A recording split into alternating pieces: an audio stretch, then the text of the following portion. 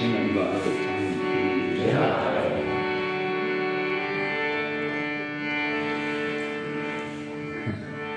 He's almost here.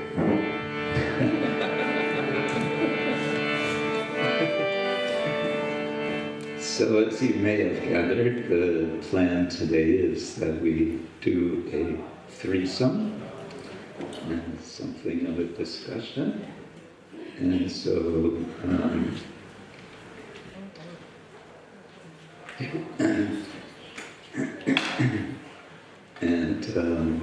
we will be, we're going to begin in a traditional way with a verse from Śrīmad-Bhāgavatam, which I've selected. I did have it there, I don't have it on the machine, but 1527, right? Yeah. Om Namo Bhagavate Vasudevaya.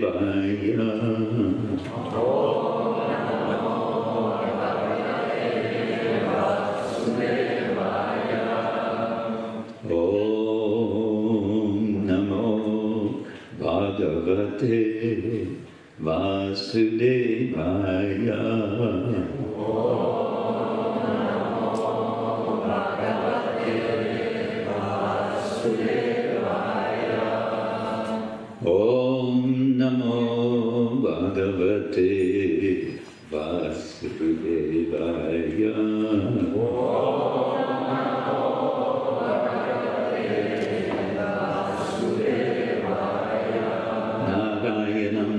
namaskritya naram charanarottamam devim saraswatim vyasam tato jayamuniraye nashta prayeshvamadreshu nityam bhagavatasya Bhagavad-gītā shloke tirabhavati nashti.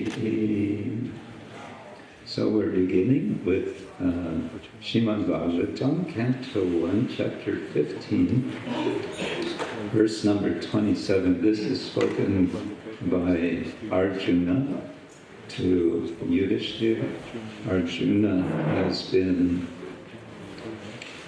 expressing throughout this, up to this verse in this chapter, expressing his great pain at the absence of Krishna.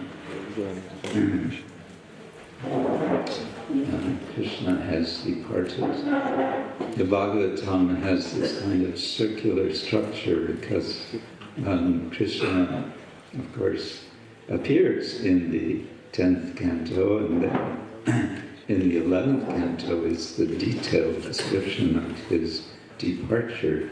But we get in the first canto a kind of overture in which the devotees who are associated very much with the Mahabharata are revealing just how actually everything that's happened in the Mahabharata story, Krishna has been, we would say, in the wings.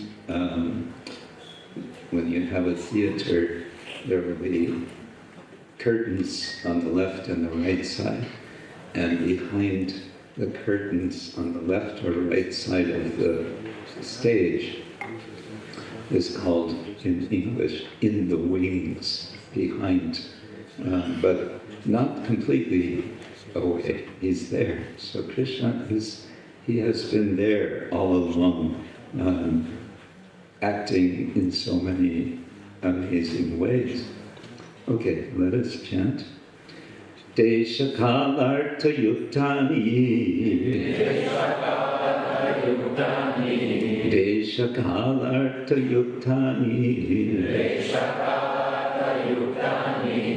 hṛt-tāpopaśamāni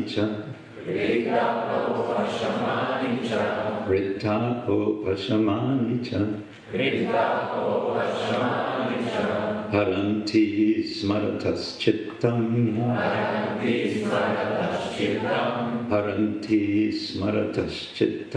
haranti smarataś cittam, govindābhihitāni me, govindābhihitāni me.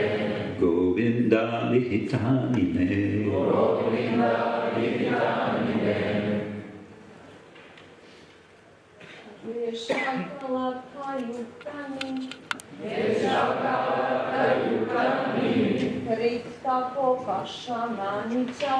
hṛt-tāpopaśamāni, haranti smarataś cittam, govindābhihitāni,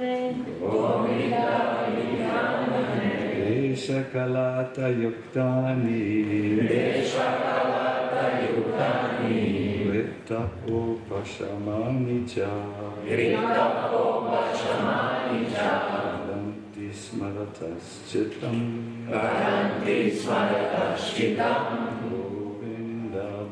govindābhihitāni me.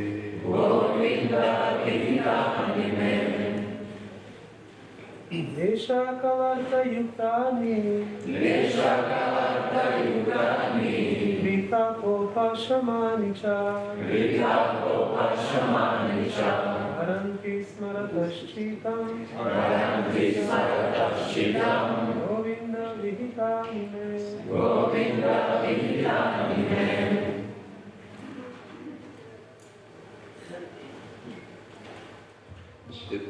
Go ahead. deśa-kālārtha-yuktāni, hṛt-tāpopaśamāni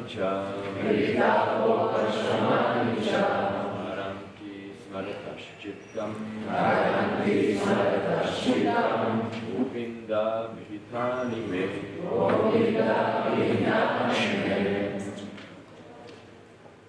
Srila Prabhupada once said that if we chant the verse 10 times, then we will memorize it.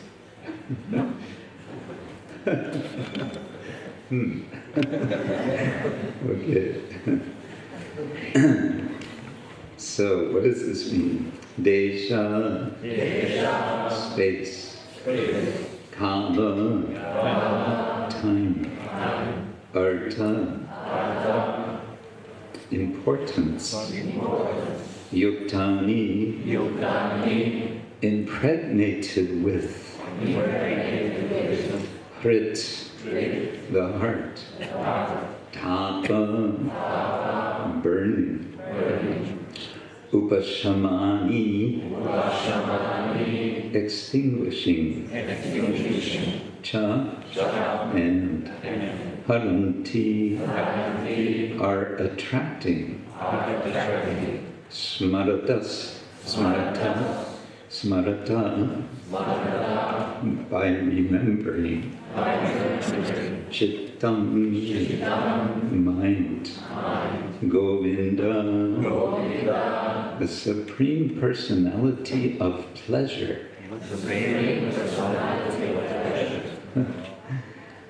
Abhihitani, narrated by. Me, unto me. Translation, and I think part of it's a long purport, so I'll just read part. Translation purport by His Divine Grace, A.C. Bhakti-Vedānta Swami, Srila Prabhupada.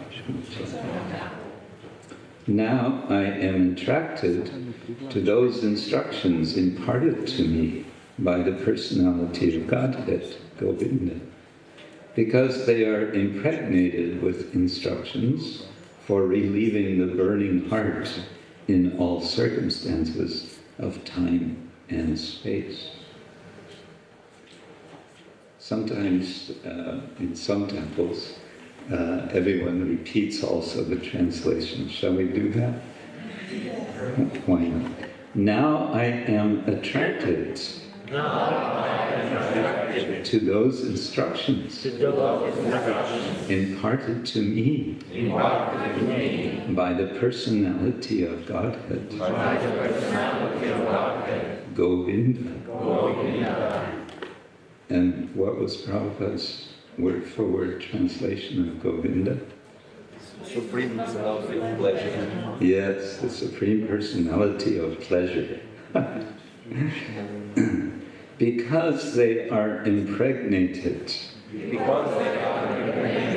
with instructions for relieving the burning heart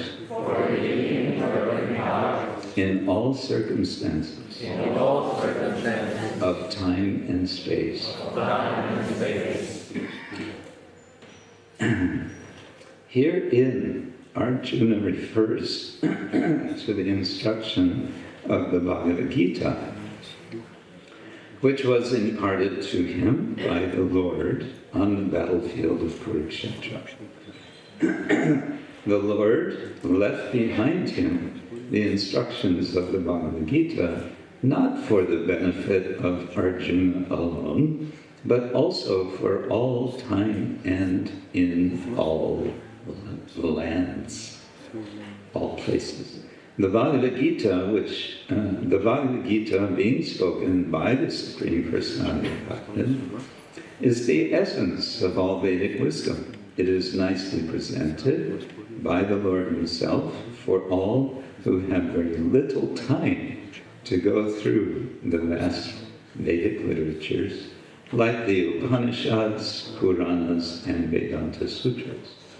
It is put within the study of the great historical epic Mahabharata, which was especially prepared for the less intelligent class, namely the women, the laborers, and those who are worthless descendants of the Brahmanas, Kshatriyas, and higher sections of the Vaishyas.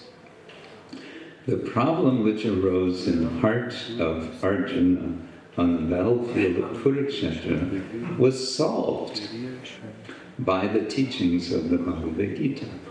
Again, after the departure of the Lord from the vision of earthly people, when Arjuna was face to face with being vanquished in his acquired power and prominence, he wanted again to remember the great teachings of the Bhagavad-gītā, just to teach all concerned that the Bhagavad-gītā can be consulted in all critical times, not only for solace from all kinds of mental agonies, but also for the way out of great entanglements which may embarrass one in some critical hour. You all know the meaning of the word solace? Solace. Yes. Utyeha. So the Bhagavad-gītā, the Prabhupada says, can give us utyeha. That's what it is. And he says that we are provided with Bhagavad-gītā since we may not have the time to read all of the Upanishads and the Purāṇas and the Vedānta-sūtras, aside from maybe not being able to read the Sanskrit. Of course, now everything gets translated into different languages, but still, the point is, he says this is the essence of all Vedic wisdom, and it has these benefits, the Bhagavad-gītā. So Arjuna was, of course, on the battlefield of Kurukṣetra, highly distressed, but he received from Lord Krishna utyeha by hearing the Bhagavad-gītā. But it's interesting that now he's remembering, this is many years later. This is, of course, after the battle, but it's also after, well, now it's after Krishna has departed, which is some years after the battle. And now he's remembering again the same instruction, but when he was on the battlefield, what was the upshot of the instruction to him? He had to get up and fight. That's not his conclusion now. He's again remembering the instruction, but he's getting a different understanding of that instruction. We may appreciate he has now a deeper understanding from Krishna's instruction now that Krishna has departed. So on that note, I think we want to proceed with our broader discussion. And Sacinandana Maharaj, I think you may want to set things in motion. Namo Vishnupadaya Krishna Prestaya Bhutale Śrīmad Bhakti Vedānta-sūtras Namaste Saraswati Deve Gauravani Pracharine Nirvishesha Shunyavani Paschatya Vishnatarine Shri Krishna Chaitanya Prabhu Nityananda Shri Advaita Gadadhara Shivasari Gora Govinda Hare Krishna Krishna Krishna Hare Hare Hare Rama Hare Rama Rama Hare Hare. My dear devotees, in this class, joint class, each one of the three speakers will try to make some thought-provoking point in the context of the verse, so that you will be enlivened to contemplate the subject and perhaps ask questions, so that we have a lively, dynamic exchange. We will all speakers look at the verse first, because we of interest of time. So here, in this verse, you find Arjuna in a very critical situation. Krishna has just left the planet. He had been sent by Yudhishthira to Dvaraka to find out Krishna's future plans and hear from the Lord how the 5 Pandavas might be of service in these future plans of the Lord. But he had not returned from Dvaraka. And Yudhishthira had become anxious because there was not even a word sent through a messenger from Arjuna why he was delaying so much. The reason comes out later when Arjuna finally returns, meets Yudhishthira, and Yudhishthira can't recognize Arjuna's, the same Arjuna, of course he sees his brother, but he looks so dejected. His limbs tremble, he is pale in his face, white, not brown.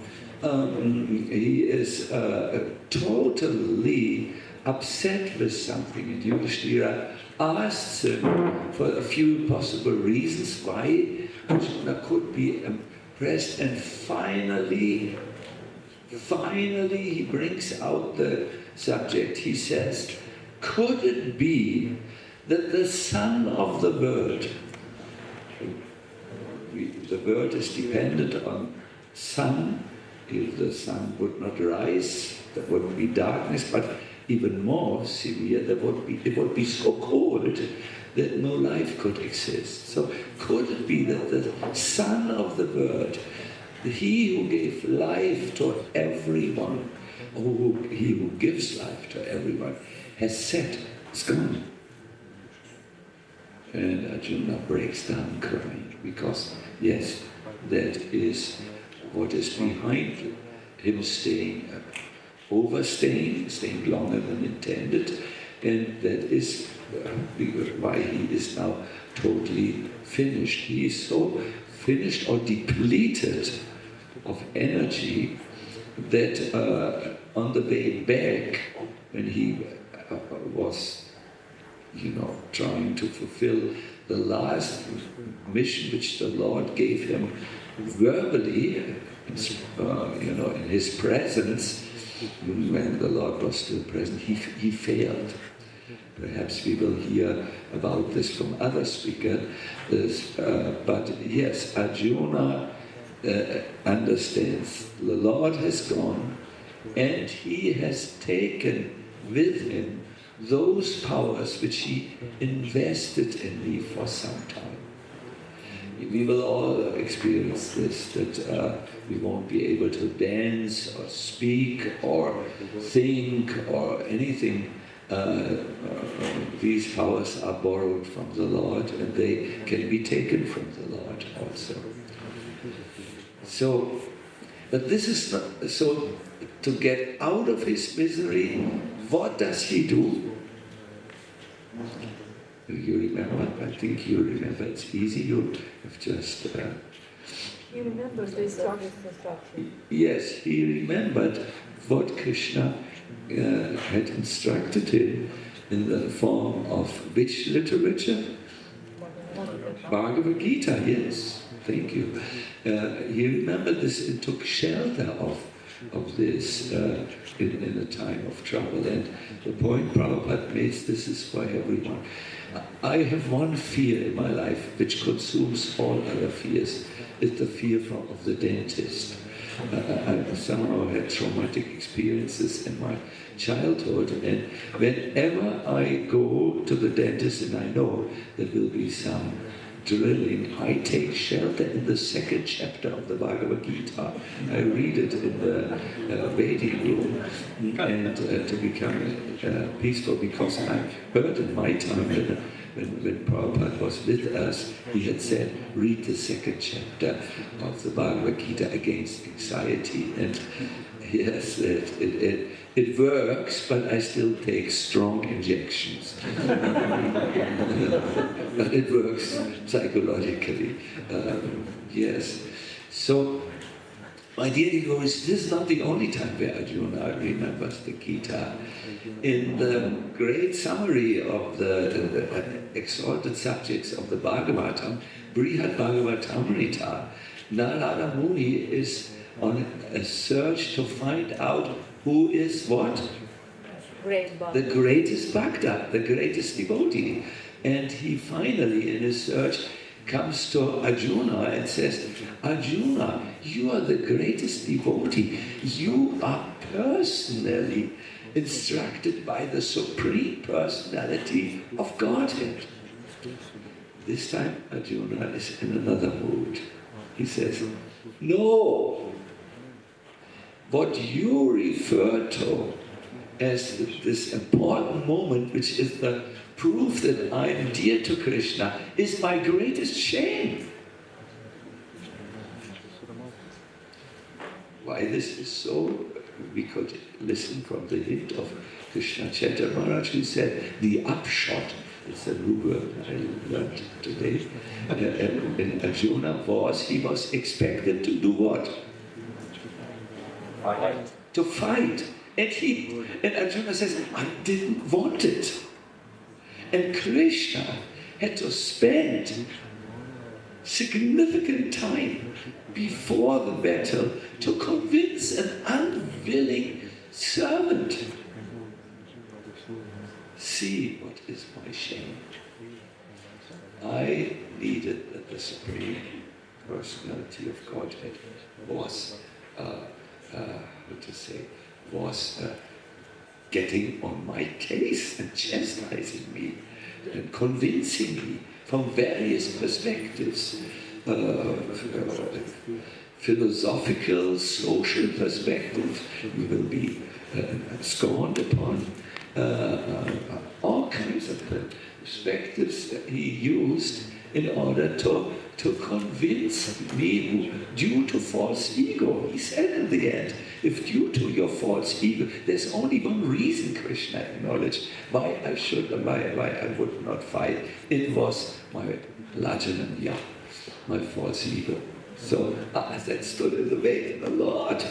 The Almighty, he must have had so many things in his mind, but he had to sit down with me and do Bhakti talk, serious talk to motivate. In the purport we hear that this is just another ecstasy of Arjuna. It cannot be taken literally.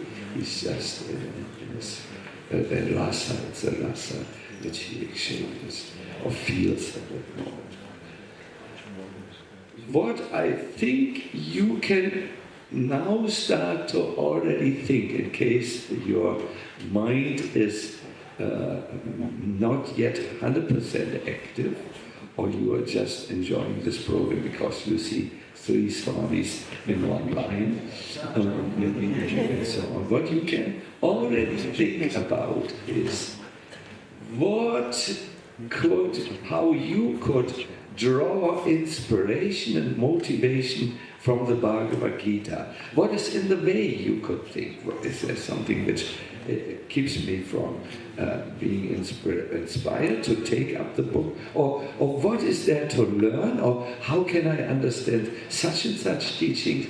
Please know this program is dependent not on the 3 Swamis who sit before you. It is entirely dependent on you. The subject is standing before our eyes. There is a critical hour in our life, not just the dentist. There are many other things which come, and we can take shelter in the teachings of the Bhagavad-gītā to find out, wait a minute, find out what? Utyeha. Trying to speak the language, to try to find out some utyeha and also some direction. So, now we will turn to our Bhaktivedanta Tirtha Maharaj, who will give us a little perspective on this subject, and then Krishna Kshetra Maharaj, and then we will be able to ask our questions. Thank you, Maharaj. I feel comfortable and uncomfortable. I feel like I'm in very good company. But I'm also reminded of an incident where Sri Chaitanya Mahaprabhu asked Ramananda Roy to tell him something about Krishna. And Ramananda Roy felt uneasy to speak about Krishna to Sri Chaitanya Mahaprabhu. And then he gave an analogy of a cloud in the ocean. He said that the cloud gets the water from the ocean and then it returns it to the ocean. And the devotees, the two Maharajas around me, my teacher, I was just a baby when they were teaching others about Krishna consciousness, including myself. So in that sense, I feel quite out of place. But taking the analogy from the Sri Chaitanya Charitamrita, you could be compared to the ocean. The cloud gets the water from the ocean and then returns it to the ocean. And a student should do that, should learn from the teacher and then return that to the teacher and ask for feedback. How did I do?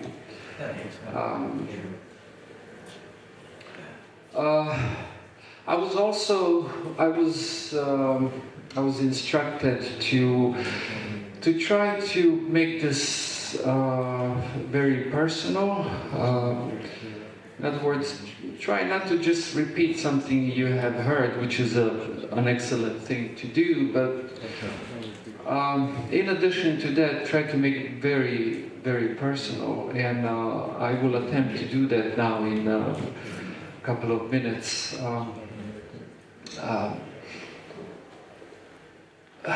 Here, Arjuna refers to the teachings of the Bhagavad-gītā. He's in a distressful situation. I think we can all relate to that. And in this distress, he is remembering the instructions of Krishna, very specifically instructions that now we call Bhagavad-gītā, and that completely changes the situation. So now he has a different perspective on the situation. And I was thinking, okay, very specifically, I mean, we could think about many different sections of the Bhagavad-gītā, and I don't know for what subjective reason, but 15th chapter came to my mind of the Bhagavad-gītā, perhaps because the topic of that chapter is liberation. That is the subject matter of the 15th chapter of the Bhagavad-gītā. As we see, Arjuna here is being liberated from his misery. And that's what liberation is. It's really a journey from here to there. It's an act of crossing over. It's an act of getting into transcendence. And that is the topic of the 15th chapter of the Bhagavad-gītā. And this chapter begins with a description of a tree, a banyan tree. And I assume most of you have seen has any one of you seen a banyan tree? Not that many. Maybe half of you. This tree, very interesting. I mean, can grow really large, and the branches grow out, and then sometimes they grow down. And apparently, as they touch the ground, they create a root. So this branch becomes another trunk, and this tree becomes so complex. Oh my God, what a good analogy for this world. I mean, it's so easy to get entangled in this world. As a matter of fact, in this chapter, Krishna says that even the Vedic instructions, religious instructions, can be an entangling part. I mean, this world is designed to get you all tangled up. And the way to disentangle yourself from this world, and by the way, getting entangled in this world means that you get to eat everything this world has prepared for you. And sometimes it's very sweet, and sometimes it's very, very, very bitter. And everything in between. And the way to disentangle yourself from this world or from this tree is to cut the tree. Like, don't try to, I don't know, disentangle the branches. Just cut the whole darn tree down. Just cut it in. And what you should cut it with? You should cut it with an axe. And what is this axe? Does anyone know, perhaps? Everyone always says knowledge. I don't know why. Detachment. That you should cut this tree with the axe of detachment. In other words, that's how this tree functions. It continues to grab your attention. And to cut it down is to disentangle your attention from this tree. And so this may seem like a mysterious proposition. I mean, how do you detach yourself from this tree? What does that mean? And so on. But Krishna explains that very shortly after. He says that you should find the source of this tree.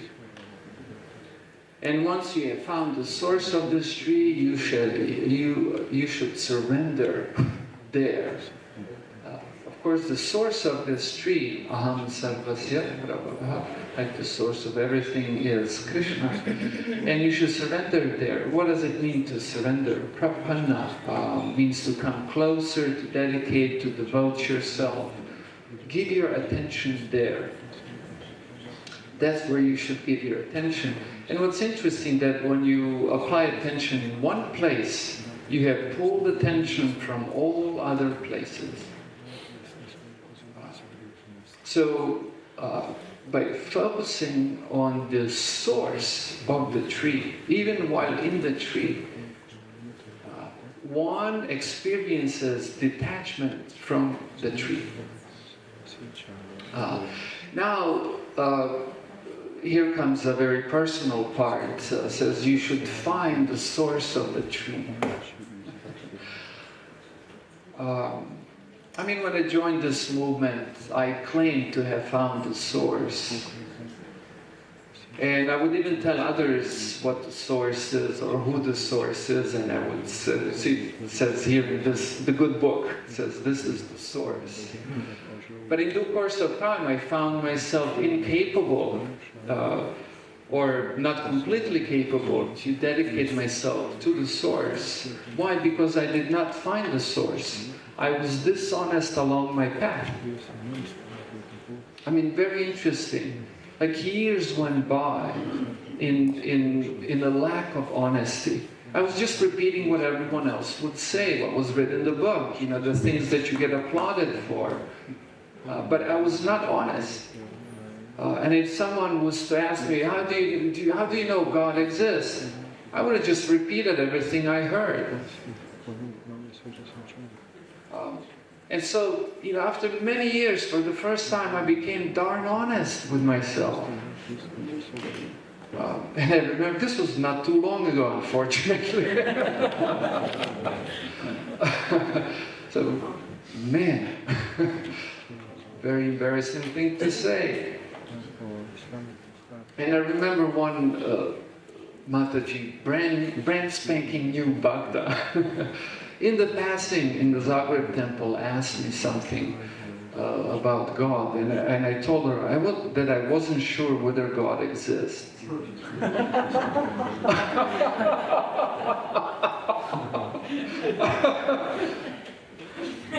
And I took off.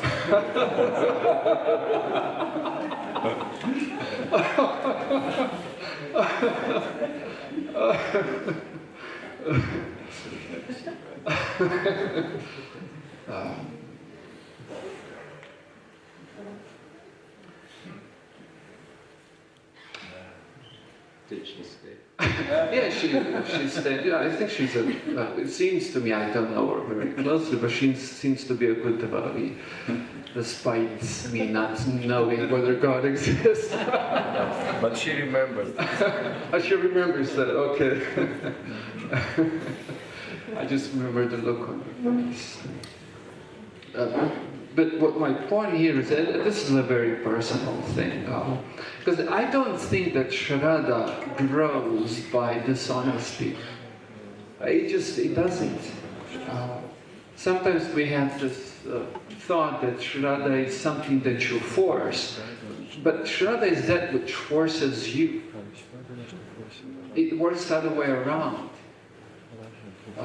And so, therefore, for Shraddha in Krishna consciousness to grow, this is my experience. You have to be. I think you have to be very honest. And so, at this point, I was returned back to the beginning and start everything all over. But this time being honest, not believing something just because it's stated, but it had to be true to me. So I'll stop there. Did I do? You want to go to time? Okay. All right.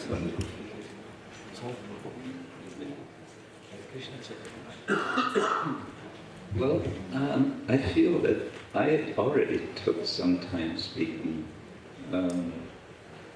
The little bit that I did, so maybe it's time to go into, I think you were bringing up a particular subject that you thought we should say something about from our own experience. Why is it that we're still here? Something like that. Do you want to explain? Well, the whole idea is of such meetings which are more like Easter Gostis, where we discuss the transcendental subject, is to churn a little bit our Krishna consciousness. And I think Bhakti Tirtha Maharaj had us thinking how honest is our faith. Is it just that we repeated something, or is it something that goes deeper than just mouth recitation? I thought if I would sit where you are in the audience, I would ask Krishna Kshetra Maharaj, Maharaj, you are now so old. we see your hair is not becoming browner. What kept you? Let's be honest, right? You are so old. What kept you going in all these years? This would be a question I would ask. But perhaps you have questions. If you have no questions, I will ask you questions. So one of us, you can direct your question to anyone. I would like to hear from Bhaktivedanta Tirtha Maharaj the answer to this and this question, or any one of us, and I will be a little like the master of ceremony. Sounds so arrogant. If I see that one person is not asked, I will see that also there's some balance and so on. So, any questions you have? Yeah, yeah. Please, I think we have a microphone. Please think about your question. I'm saying to all of you. Okay, Ananda Tirtha Maharaj, you've spoken about faith not being something forced, but something that forces you, and I find it very much resonating with me, because I often found that there are things that I'm easy to have faith in, and there are things that I feel requested to believe in, but I am not succeeding. You're requested to believe in, to believe it. but I am not succeeding in believing it. And there are things I am supposed not to believe in, and I still find myself believing in. And wow! And how does one manage this? Because oftentimes we all know that, for example, associating with devotees is an essential thing, and if you are believing in things you are not supposed to believe in, or vice versa, then you are no longer fitting very well. How do you manage this? if you find yourself that that faith has to come from within. Yeah. Wow, that's a very good question. Really, really good. And I think quite valuable and super relevant. If it's true that one has to be honest with oneself, or be honest with Krishna consciousness, for the Shraddha in Krishna consciousness to grow, that means one needs to have the freedom. And there's a very interesting thing about group existence. A group has a tendency to insist that we insist on uniformity, even of uniformity of experience, uniformity of conclusions and like that. And it seems to be like a better solution to insist on uniformity. Because, in this way we can manage the group of people, we can manage the society, the institution, the tradition. Things will all go in the same direction. But I personally think that's a huge flaw. I think that's where we fall into indoctrination. Because education is something that organically changes Shraddha. But if you allow that freedom and space for Shraddha to organically change, means you have to allow the space for the person to even have a difference of opinion.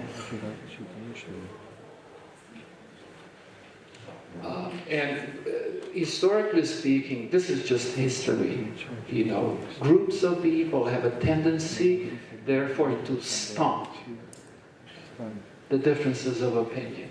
And as you live within a group of people, you experience this pressure. But in the long run, what tends to happen is that people, you see, intelligence is not something you can limit. You cannot put a wall and tell intelligence, you cannot go behind that wall, dude. That's a California phrase. You cannot do that to the intelligence, And so, but if you set up such walls, you lose people who are capable. You lose the intelligent people. You lose the brave people who have scraped up enough courage to be honest, to go long on the journey. And again, those kind of people, I think every group needs to grow, to be strong, to not end up like every other religious group tends to end up with. As soon as you amass the quantity, the quality goes out the window.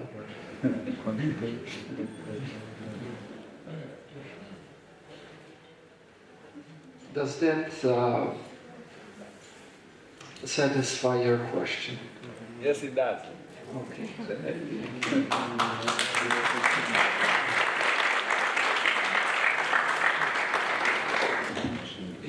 Is there another question, please?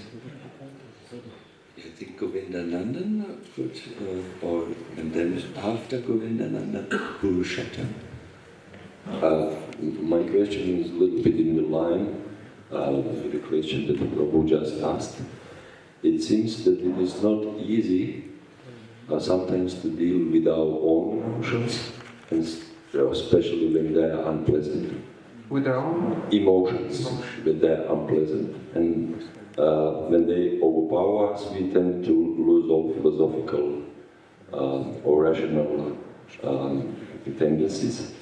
And it's especially hard to cope with unpleasant feelings of those who we love. And devotees are those who we love. So, how to deal with this power where you will get unpleasant emotions if you don't fit? If you don't fit in. Fit in. Actually, maybe I can ask Sacinandana. No, this on the subject. On the See, subject. we should really remain in the subject, and how Maharaji has very nicely explained. Oh, I'm in the hot seat again. That's why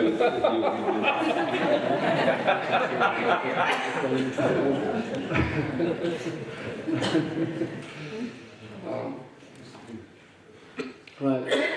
I've had a very interesting realization that that to be rational is irrational.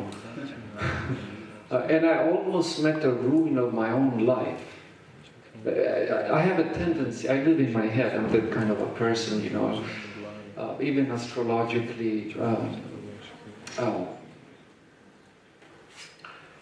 I'm uncomfortably rational person. Even my friends used to accuse me of being coldly rational. And I had that approach to my search for the truth. And the interesting thing about being so rational that at the end you cannot conclude anything. It's not enough. It just cuts out most of the reality out of the picture, interestingly. And so I concluded that to be so rationally that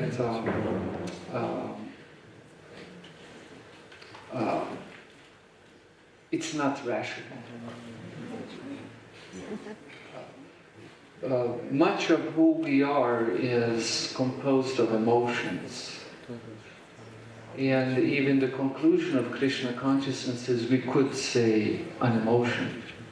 Rasa, bhakti, rasa, like that. And so as such, I find myself emotionally very vulnerable. I think even when I give lectures, I notice that if you honor people's emotional vulnerability, people respect you, what you said, even though it didn't have to make too much sense.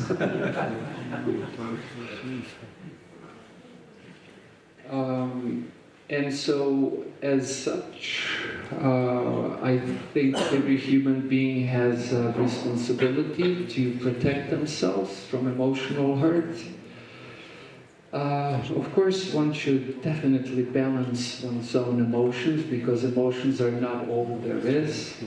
If I remember correctly, unfortunately I can't remember the exact reference, but it doesn't matter, let the statement fly on its own. And I think it's by Srila Bhakti-Vinod-Thakur that the purpose of reason is to allow the emotion to grow unlimitedly. You know, once I saw a cartoon, there was the character of brain and the character of heart. And the heart was all bruised up and patched up, and bleeding and the brain is telling it, I told you. So, yeah, we're emotional beings, but the rational side should guide the emotions in the right direction, not kill them. So in this way, I think we all have a duty, dharma, to protect our emotional vulnerability. How does this translate into our relationship with other people, or relationship with a group of people, relationship with our own very selves? That's really the land of wisdom, It's an act of balance. And probably everyone learns as long as they live.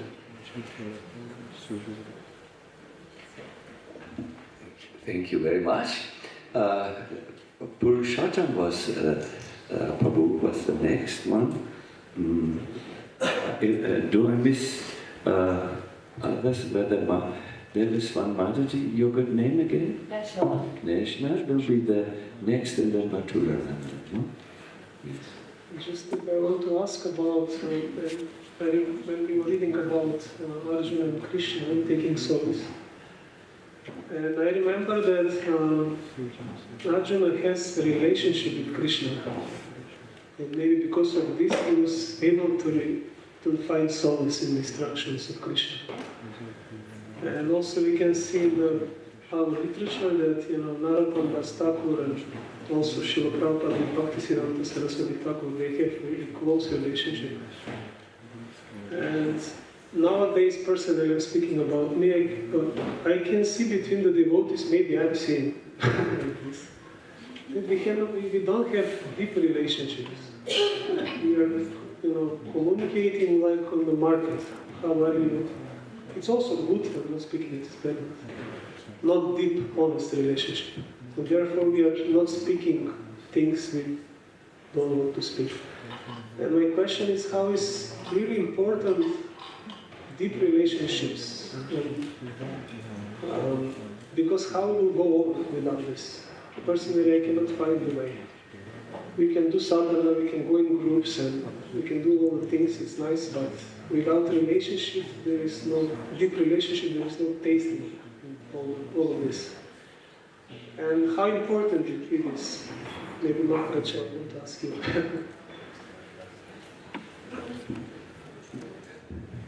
What a very nice question, isn't it?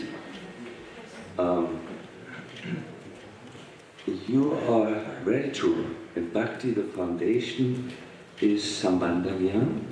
We have to enter a relationship with Krishna, and that is done on a very general level. We understand who's God, who are we, what is this world, and what are the relationships to God and to the world, and perhaps also to myself. So this is the foundation. Sambandha comes then this is the foundation, and then it continues. You hear about prayojana, and then you ask yourself, what's the abhideya, the process to get me there? So yes, in spiritual matters, the relationship is important. Now, you are talking about relationships amongst devotees. Yes, you are absolutely right. If a linguistic research would be done about the conversations between devotees, they tend to be very superficial and end in socially acceptable phrases. How are you? How is your service going? Who is your Guru Maharaj? What is his... I don't know if it comes to that. So it is a problem which we have, and therefore devotees starve in a relationship. And there is, in many relationships in ISKCON, there is a culture of concealment. Now this is a difficult English word, concealment means you hide yourself, and you hide. I like to always in conversations poke a little and see my partners blush or pale when I go to the things they hide. Yes, because of this North German tendency to do this. So yes, but these relationships which are not lived fully, which are where there is not full discussion, where there is just hiding behind, are very dissatisfying. It is not nourishing at all. And we need as human beings these deeper relationships. Keshava Maharaj, who is known as a thoughtful devotee also, he said every Sunday he met with his temple president, and the temple president talked with him for 1 hour about all the crazy things he couldn't deal with in the temple. And once he asked him, what are you doing that? I'm a new person. He said, I just need to talk with someone about the things which are in my heart. Someone who will not put it on the internet or wherever, or talk about this with someone else. In the Bhagavatam, there is a very interesting way to enter deep relationships, which are also truthful for devotees. It is, Prabhupada says, if you want a relationship with someone, it is only possible by the help of, or by the presence of someone else. It is only possible by the help of the super soul. And Prabhupada says, when two persons walk in darkness, they can't have a good relationship. They can't see each other even. It's darkness, it's scary. But if these two find light, the light of the sun, they can see each other.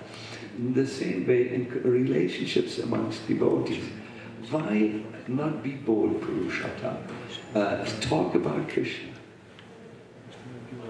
Mostly the devotee will feel, if you really talk from your heart about it, he will go through and think, well, that's what interests me also in the deepest core, the heart. But you have to know how to get to the point of Krishna. If you just ask, what did you read this morning about Krishna? Then he will take a wet towel and slap it on your head. It is so artificial, so forced and so on. But perhaps talk about an event where you felt drawn to Krishna. Talk about your own journey. And if the devotee is not interested, it will never be a good relationship. If he is interested, you will see, this person is on my wavelengths. He's interested in deeper relationships. I have found a good handful of friends by making this experiment. Those who are willing to talk about what interests me, they are interested in me. Those who are not willing, they will never be interested. For them, I use a book of phrases. Now you ask, what is your health problem? Later, before you had to ask, from where are you traveling at the moment, and where are you going next? This is this unacceptable phrase. There are a few others. What do you think about this scandal? That is also normal talk in this company. But if you are not interested in this, you should look for not these superficial relationships. Bring out Krishna. Prabhupada says this, if I would have my notes, It's in the Ganga Bodham. Go Krishna can find it. Let my attraction flow like the Ganga to you. There is an amazing prophet about relationships to Krishna consciousness. You know where to search. Madhu something. I think it's 1848. We can, let us do like this. Those who are interested in relationships can go to Krishna. It will be half the person most probably. Krishna, I'm sorry to provoke your thoughtfulness. Good. Next person was, I think, yes, you're good. Thank you. But before that, could I add a footnote to your comment? Some time ago, I was in Alachua, Florida. There's a quite large community of devotees in Alachua, Florida. And someone told me around 2,000 devotees live in the greater Alachua area. And I was speaking with one of my godbrothers, Kalakanta Prabhu, very, very sweet devotee. And we were just conversing, and he said, "Excuse me, Prabhu, but I need to go now because we have our men's group." I said, "Men's group? What is that?"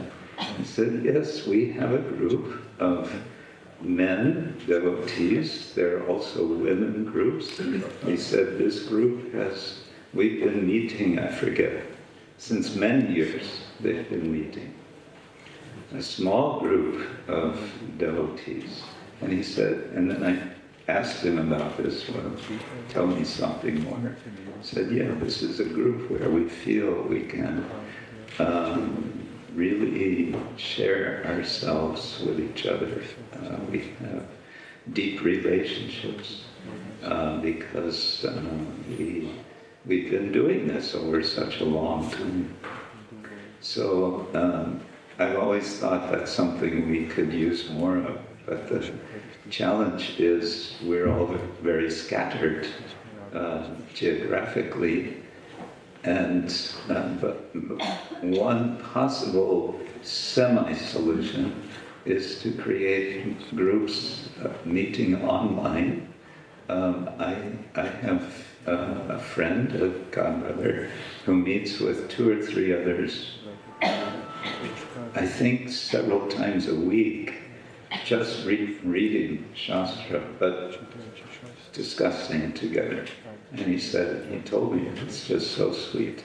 I'm also in a group which only manages to meet maximum once a week, because we're in different parts of the planet and we're reading Sanskrit commentary, Sacinandana Goswami together.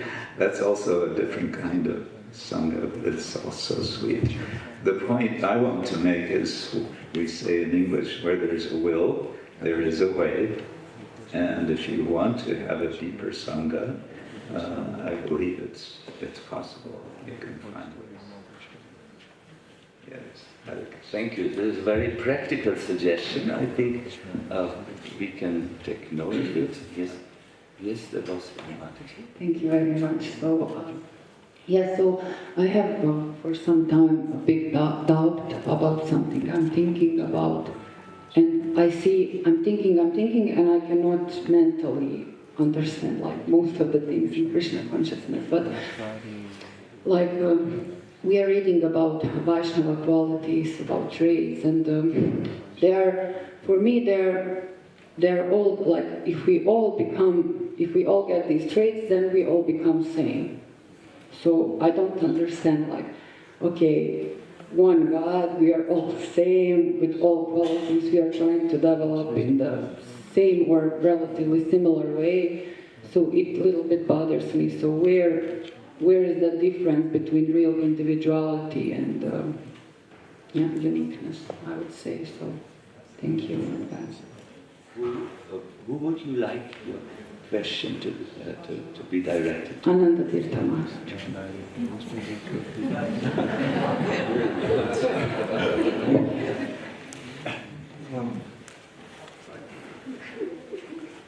I think when we look at, for example, literature such as Chaitanya Charitamrita, that we don't find uniformity of characters. I mean, these are all devotees that have most of these devotees are actually what we would call liberated devotees or pure devotees, yet they're all very different. Was it Vasudeva Datta who was really bad with money?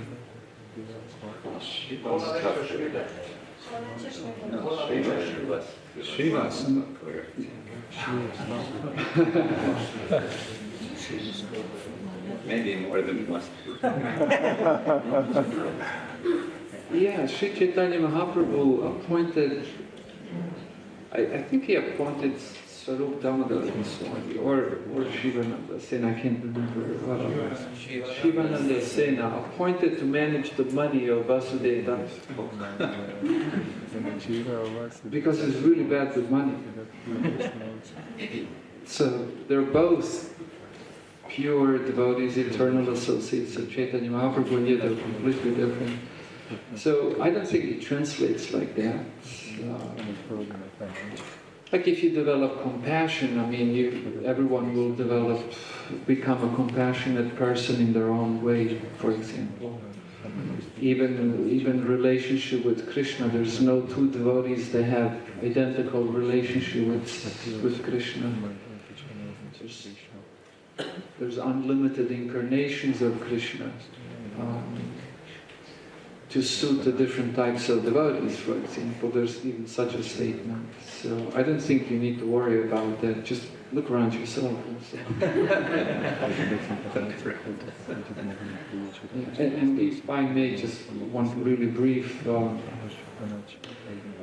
example, Raghunath Das Goswami was super renounced. I mean, this person lived off of rice that even cows wouldn't eat. They would wash this rice with plenty of water so that all the rotten bits of each grain would be washed away, and then just the middle portion of each grain that was still not bad would remain. And he lived on it. This was his food. It was so renounced, but that doesn't mean that other devotees are not, like Ramananda Roy, or I don't know, that they're not renounced. It's just, this is this very unique person who has exhibited very specifically this one trait more than other devotees, and therefore would be, from a Krishna conscious point of view, it'd be offensive to great devotees. Oh, this one's more renounced. Like, no, he's just exhibited that particular quality in his own way.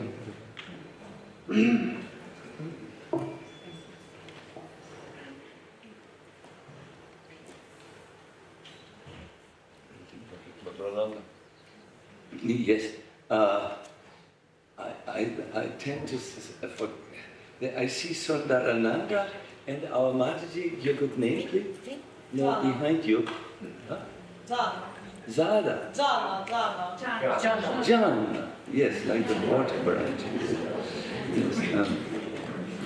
Fine, then we will first give to Jana and then to Sundarananda. Okay. Thank you, Hare Krishna Maharajas and devotees. My question is about attachment to devotees. Is there anything like too much attachment to devotees? And how to develop a healthy dose of self-sufficiency in Bhakti Yoga? A question for Sacinandana Maharaj. I may need the footnote of Krishna Kshetra Maharaj on this one. You have to see on what level you have your attachment. If it is a spiritual level where you are so inspired, where you are receiving so much spiritual nourishment, where Krishna is the center and you move towards Krishna, this attachment is very good. It is described in the 3rd canto of the Bhagavatam. One should have attachments to sadhus. That is the cause of liberation from this world. No? There's this prasangamācaram and so on.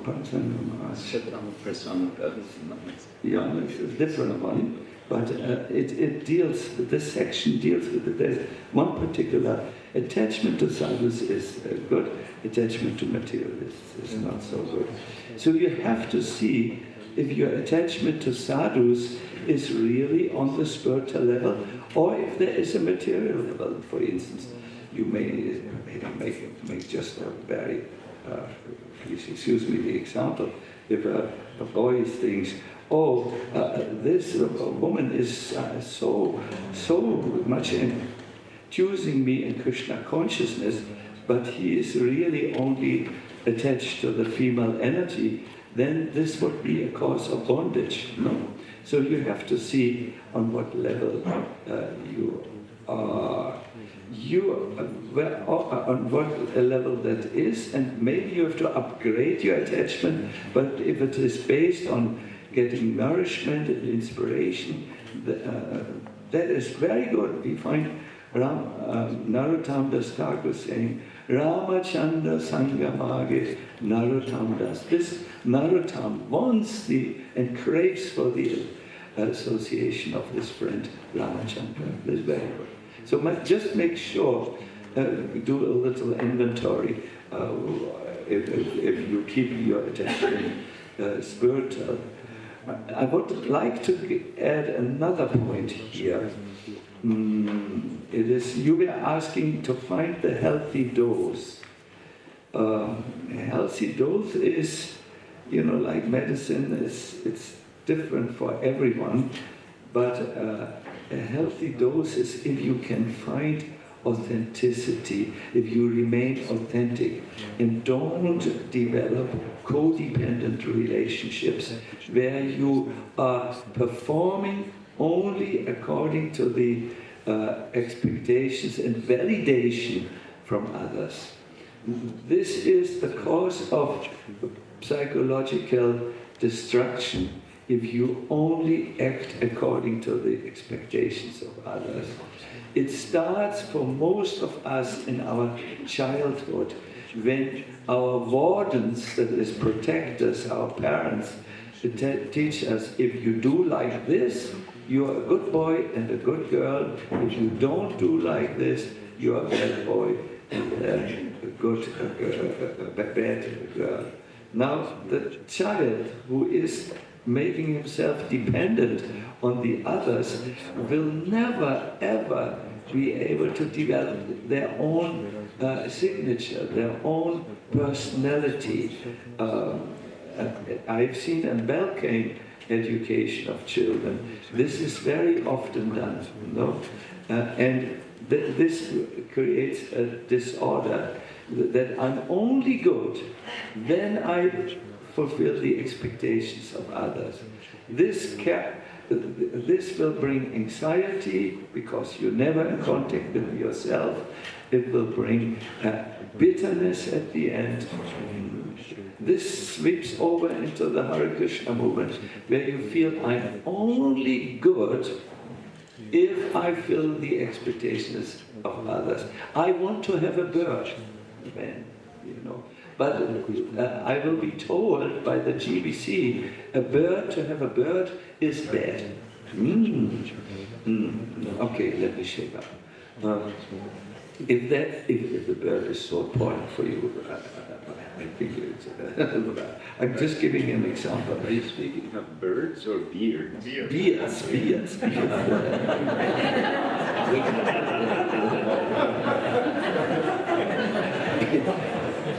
What is it? Beer? Not bird. Oh, I think like this, and I want to express this, but if I am expressing it, I will not be liked. No? If you do this for too long, there are moments where we need to conform, but if you do this for too long, you will be disappointed, you will be suppressed, and at one stage or other, your real nature will burst out and destroy your good name and faith. Do you know that many people leave ourselves with bitter feelings? The bitter feeling comes, amongst other reasons, because they couldn't be themselves. So to find your authentic path is very important. I encourage you, authenticity is not a matter of beards or not beards. It's a beard, or what is it? The hair growth here in the face. Beard. It's not authenticity. Don't look for authentic self in your clothes style or hairstyle. Look for something which is closer to yourself, But you need to live your authentic path. It's so important that Krishna repeats this following your own Dharma twice in the Gita. Krishna speaks only about one other subject 2 times in the Gita. Who knows what is Krishna's other subject? How a devotee should conduct himself. The other subject he talks about twice, he repeats himself. There was little time to it. It was just before the battle. He talks about following your own Dharma. To follow your own Dharma imperfectly is even more better than to imitate another one and do perfectly. It's dangerous, he says, and to follow another Dharma. And he also mentions when someone follows his own Dharma, his Dharma, what is his purpose in this world, he or she will not incur any bad karma for the mistakes which happen in this world always. Dharma, finding your own authentic path. No, it's like this. Finding your own Dharma, your purpose, and living that authentically without being a copy of someone else.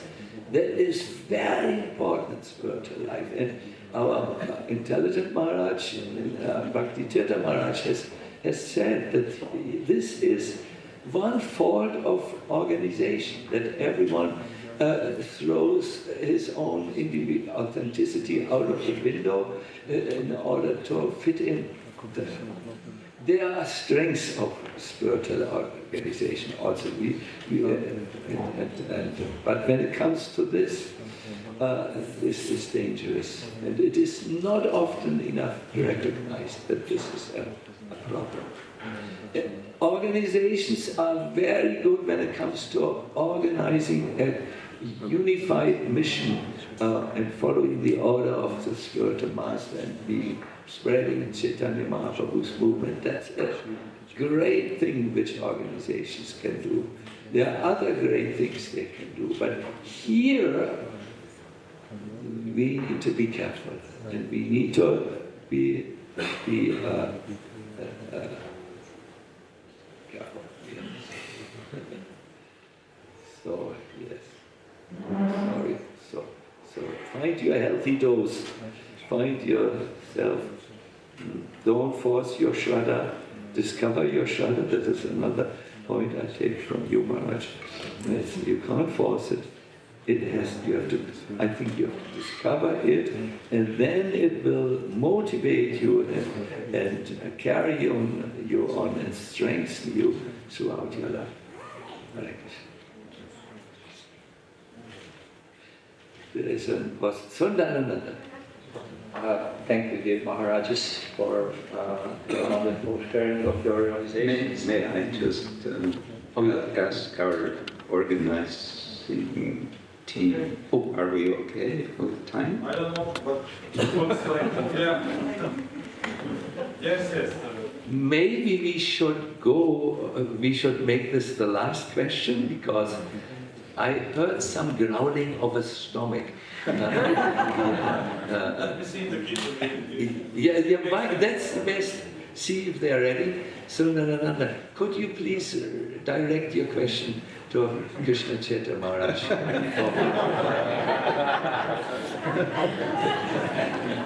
And I will pass it to you. So, thank you so much once again for sharing your realizations. I hope my question will not be too controversial. I grew up through the music of 70s in which poetry there was very good, diagnosis of the situation, but not offered solution.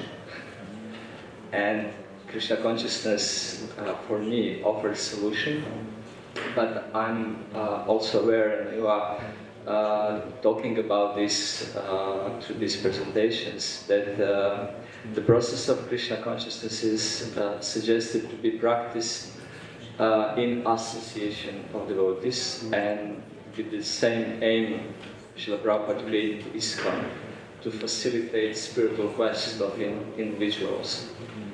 But then we find out that unfortunately the institution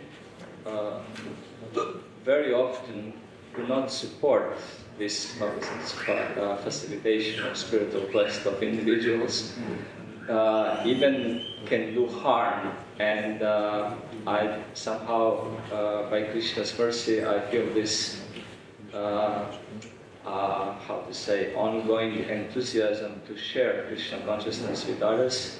But at the same time, I have the reluctance to introduce people to institution because of this experience. And now you're also sharing the same things, and it seems that there is no solution actually unless we offer to the individuals be careful and develop yourself according to your own developments. Do you understand that you as a preachers, you are sharing realizations, but then institution do not support it. Let's be honest, it's true. It sometimes appears that the management is like in the movies, somewhere in some remote place controlling the situation, but not really acting for the real benefit of the people. And one of the rare souls which I know that openly discussing this is Mahaprabhu Gora, who is here, who is writing beautiful theses and essays on his Facebook about these subject matters. But generally, even you as a preachers are reluctant to openly discuss this subject matter, and it's like always elephant is in the room, but we are not addressing fully the subject matter. So, what's your suggestion for the solution of the individuals in the institution which doesn't support individualism, we can say this, or cannot support, or I don't know how to understand this. Good.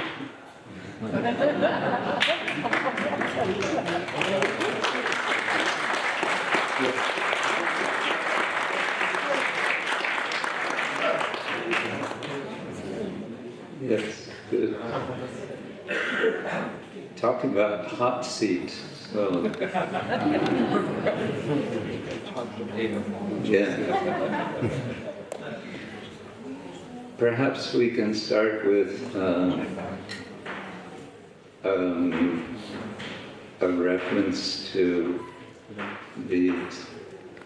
I think he was a German scholar, Max Weber,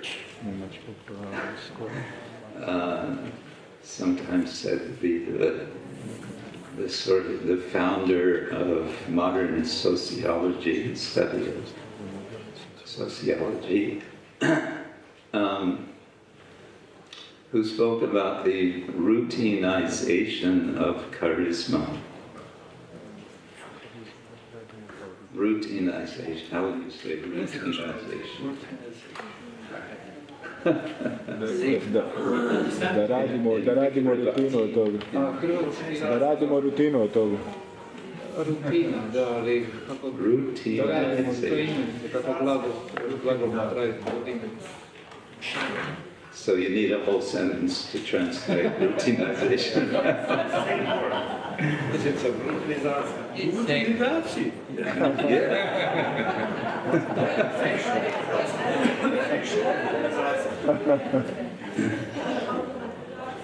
That's normal in Croatian. A couple of days ago I was mentioning how Srila Prabhupada had this way of sort of throwing everyone into the deep end of the pool, the swimming pool, and sink or swim.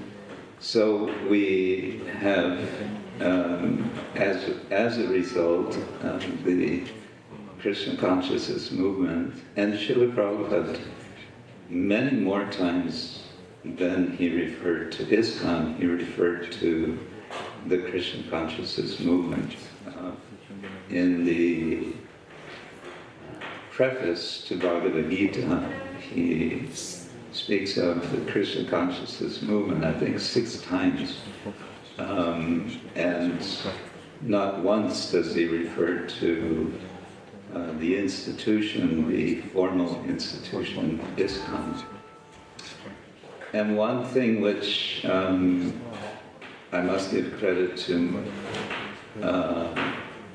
Madhavananda Prabhu in Puri for this, I feel, valuable insight, is that whereas in the early days of ISKCON, ISKCON and the Hare Krishna movement, or the Krishna consciousness movement, were pretty much the same. You could say they were coextensive, to use a little bit of fancy expression. But that is, since so many years now, that's just no longer the case. And I think one of the things that's keeping the institution from moving forward, from getting more mature and doing the needful for promoting the movement of Krishna consciousness, is simply to recognize this and to acknowledge it and to accept it and not imagine itself to be still coextensive with the Krishna consciousness movement. I've a few times suggested there could be discussions about this on the, organizational level. But it seems to be something that is not talked about, as you said. So many things are not discussed. Another general point I'll make, and then I'll pass the hot potato and the elephant to the others, is an observation by one scholar, the late Joseph O'Connell, who was a scholar of Gaudiya Vaishnavism for many years. Very, I would say, very strongly well-wishing person to our mission, but also having a very full appreciation of the tradition of Gaudiya Vaishnavism. He was a historian. He said there are 2 kinds of institution. There's soft institution and there's hard institution. And he says he in his own understanding, I don't agree fully with what he said, but that's a detail. But in general, he said there was institution at the time of Chaitanya Mahaprabhu, but it was soft institution. And what we see today, and he's referring with all good wishes, but he wants to say, let's recognize what we see today with ISKCON is a hard institution. Meaning, there are resolutions and there's so many designations for everything. And so if we think about, we read Chaitanya Charitamrita and we think, yes, this is what we want. We want more of this, more of Lord Chaitanya's movements. I think it's helpful just to think in terms of this distinction, and it's something that could use more discussion. So these two things, I would say, may help us to move this discussion, which you are raising, would help in that discussion, which I think has to be an ongoing discussion. Okay. Hare Krishna. Because this is a question which has life, like all the other questions, are very good questions. And I want to just comment something following the hard and soft institution idea of Joseph O'Connell. I was given that part of his book like Kadamba Kanana Maharaj to read, and yes, this soft institution, he was talking about, the movement kept together by meeting regularly, singing the songs of the previous acharyas, introducing new songs, Narottam Das Thakur's songs, having festivals, and in this way keeping the Gaudiya fold together and enlivened. Also, there were at that time Ishtagostis, meeting about important questions which were moving the community. And then the hard institution, that would be something like creating it. Bhaktisiddhanta Saraswati Thakur did this, creating a management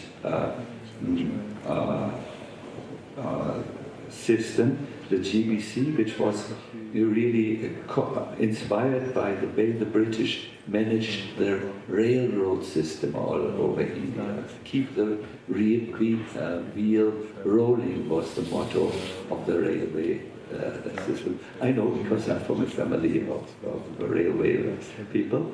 So they needed to organize the whole organization of the railway, and got a structure together, which Bhaktisiddhanta Saraswati Thakur said should be, it can be helpful for organizing the preaching. I think it is important to bring into this discussion about the question, what can institutions do and what can they not do? And to answer this question, I want to refer to the late Kadamba Kanana Maharaj, who had a wonderful working model where he divided the Hare Krishna movement really in three distinct sections. The first, he started with what he called the bureau, the office, and that is where the GBC sits. The second level is Panchanga Bhakti, the execution of the 5 powerful limbs of devotional service. And the third, very distinct, is the prayojana, the goal, that is love of Godhead. So I believe in modern times there is the danger, that the office tries to say it is everything. ISKCON is everything. ISKCON is something very important, but not everything. There needs to be the individual, so ISKCON can organize wherever collective things are necessary, temples, movements, and so on. But then there needs to be a second level, that is totally individual. It's totally in your hand. How will you execute Panchanga Bhakti? The movement is you are in charge of that, and the third level, attaining love of God, it's also you who is in charge of it. This is very important to understand the three levels and to know what they can do and what they cannot do. It's important to understand for you as an individual within the movement, and it is important for the movement also to know where they can only perhaps inspire and encourage and leave it up to the individual. You offered a problem which is very realistic. I discussed this with leading devotees who are also GBC members. It's okay discussion. It's an okay discussion. Sometimes as preachers we feel we cannot send the people we cultivate to certain temples because they will come in contact with talk that is not favorable for the development of Krishna consciousness. One very prominent leader in our society has therefore said, given an amazing, thoughtful consideration. He said, preachers should always know to whom they can send their people, and they could even have a network of addresses where they feel the Bhakti Lata will be cultivated, and so on. We must also acknowledge, I think, there are some people who are starving to find a prescriptive form of spirituality. Tell me what to do, you know. And for them, certain temples where this time is lived may be advantageous, you know, for some time of their journey. So, I want to now close. So Ananda Prabhu, you know me. I'm not born with a very systematic mind. I'm not also a big follower of any type of institution. I couldn't even manage to stay in the school. I had to run away when I was 15 or 16 because I don't like to be prescribed what to think. It doesn't work. I rebel, I become ill if this is happening, and I don't go to places where I cannot share what I know, and so on. I'm not that type of person, you know me, and so on. But I have made peace with ISKCON. ISKCON's GBC. I think they're doing great work. Without having this, there would be no Hare Krishna movement with such an extensive thing. Yes, they can do better, but you can always do better. But I've personally seen, I can follow my own spiritual calling, and I can do, and so on, as long as I don't disturb others. And I don't have to, you know, I can preach everywhere. And let's also be here in Serbia. You do everything you want. Sometimes you may do things which are even harmful for you. There is no one who tells you. You can find your situation. You just need to know what is what, where is what, and even you are now doing, I mean, by even you are doing a very wonderful project in Zagreb, and I think it is prospering because, yes, you found a way how to do it without any unnecessary disturbance. No? So I think this is what I think. I congratulate the devotees who do this service of GBC. I do not always, I cannot agree to all decisions, because how can anyone think like this in this universe? But my thinking is also not 100%. I'm also only a conditioned soul, stuck in a certain way of thinking. But I can see the main thing to which I was attracted, I can do Panchanga Bhakti. I can do it anywhere. I can go in this forest and start my Panchanga Bhakti program. It is possible. Freedom is a value that is there in spiritual life, and sometimes organizations tend to curtail it. That's unfortunate, but that's what all groups do, anywhere. ISKCON is not the only, look at that, ISKCON is not the only, it's what groups do in general.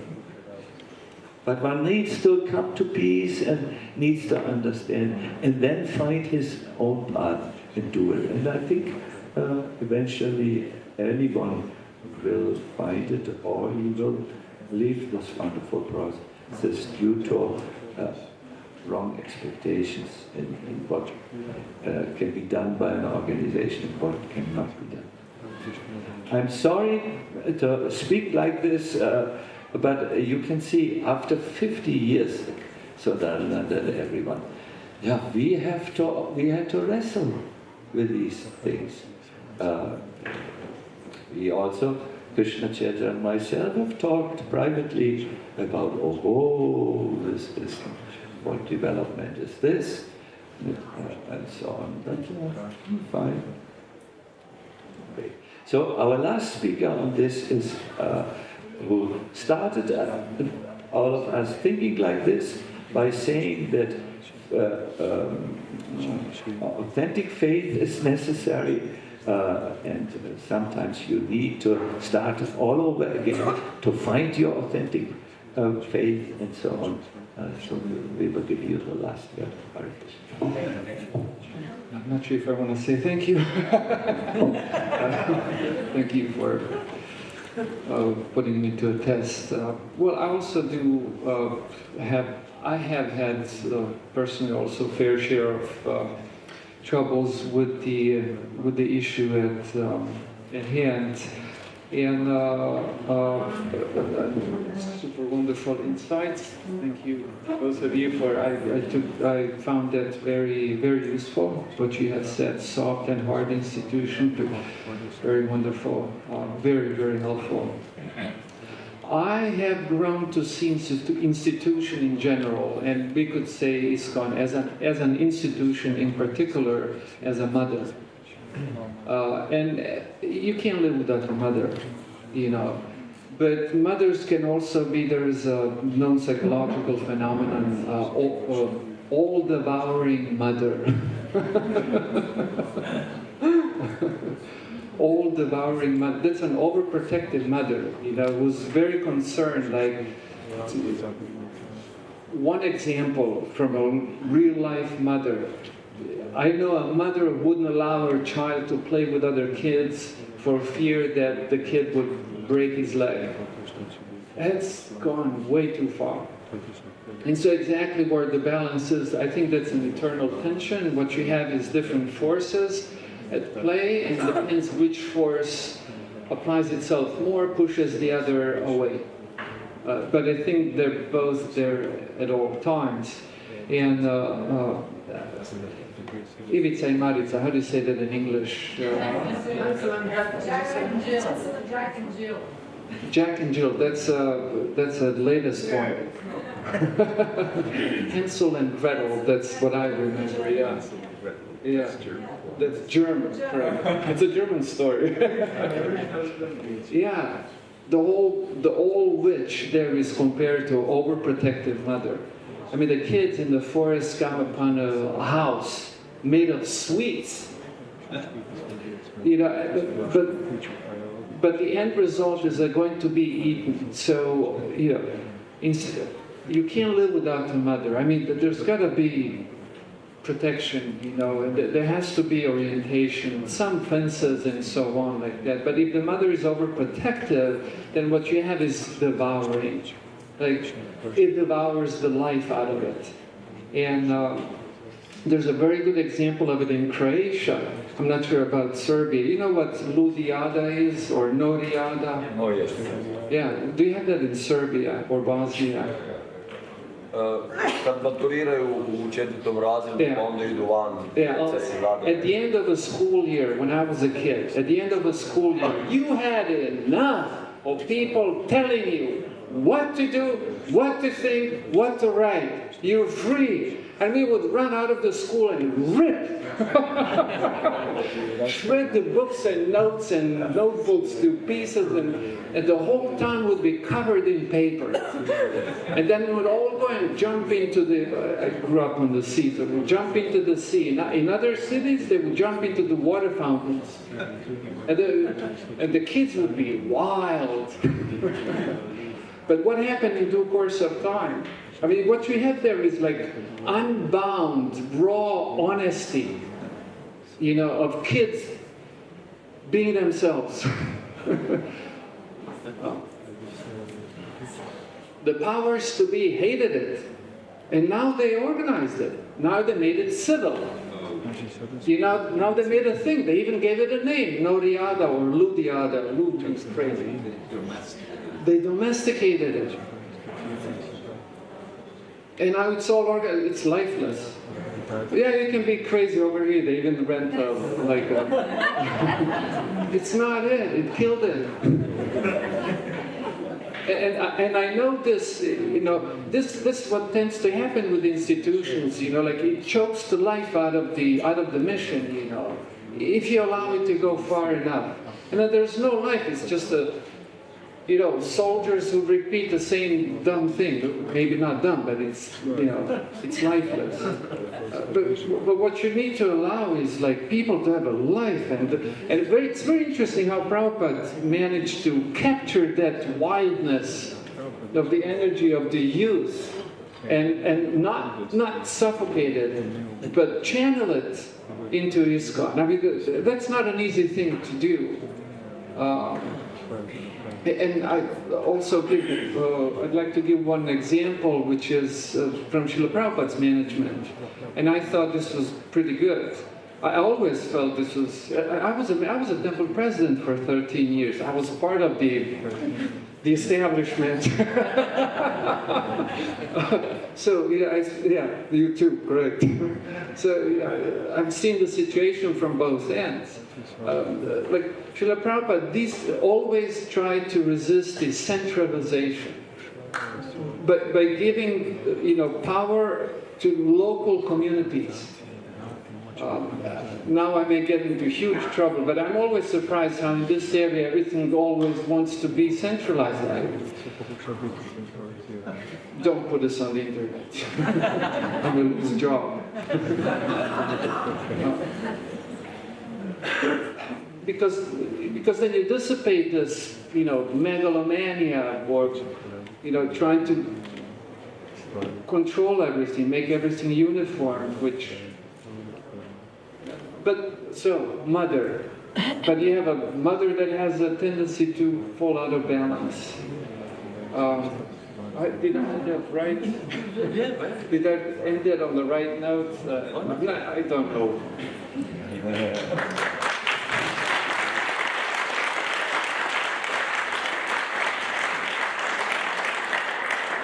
Mahamuni, what is the situation with the kitchen?